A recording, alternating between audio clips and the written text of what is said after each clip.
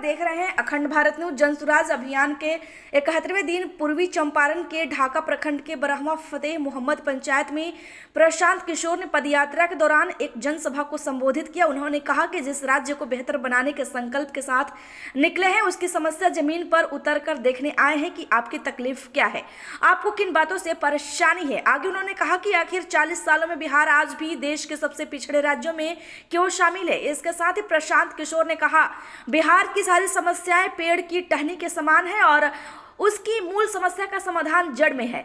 इसलिए एक बार अच्छी सरकार आने से जड़ का समाधान हो जाए तो पेड़ की टहनियों की समस्याओं का समाधान हो जाएगा। खबर अच्छी लगी हो तो लाइक करें। ताजा अपडेट के लिए हमारे चैनल को सब्सक्राइब करना ना भूलें। धन्यवाद। नमस्कार। आपके गांव में आज इस दोपहरी में आपसे मिलने का, बातचीत करने का, परिचय करने का अवसर आपने दिया है, इसके लिए आपका तहे दिल से शुक्रिया अदा करते हैं। आप सबका धन्यवाद करते हैं। मैं नेता नहीं हूं, मेरा नाम प्रशांत किशोर है। हम नेता नहीं हैं, हमारे पास कोई दल भी नहीं है, न दल हम बनाए हैं। आपसे वोट मांगने भी नहीं आए। मेरे से पहले कुछ वक्ताओं ने बताया कि आपकी समस्या, किन समस्याओं से आप जूझ रहे हैं, उनके बारे में मुझे जानकारी होनी चाहिए, उसको सुलझाने का कोई प्रयत्न होना चाहिए। बात तो ठीक है, जब हम नेता नहीं हैं, दल नहीं बनाए हैं, वोट नहीं मांग रहे हैं, तो पदयात्रा क्यों कर रहे हैं। पदयात्रा का एक लक्ष्य यही है कि जिस समाज को हम लोग बेहतर बनाना चाहते हैं, जिस राज्य को बेहतर बनाना चाहते हैं, पहले जमीन पर उतरकर ये देखें तो सही कि आपकी तकलीफ क्या है, आपको किन बातों से परेशानी है। आखिर 40, 50 साल, 60 साल हो गए, बिहार सुधर क्यों नहीं रहा है। 50 साल पहले भी बिहार देश का सबसे गरीब राज्य था और आज भी देश का सबसे गरीब राज्य बिहार ही है।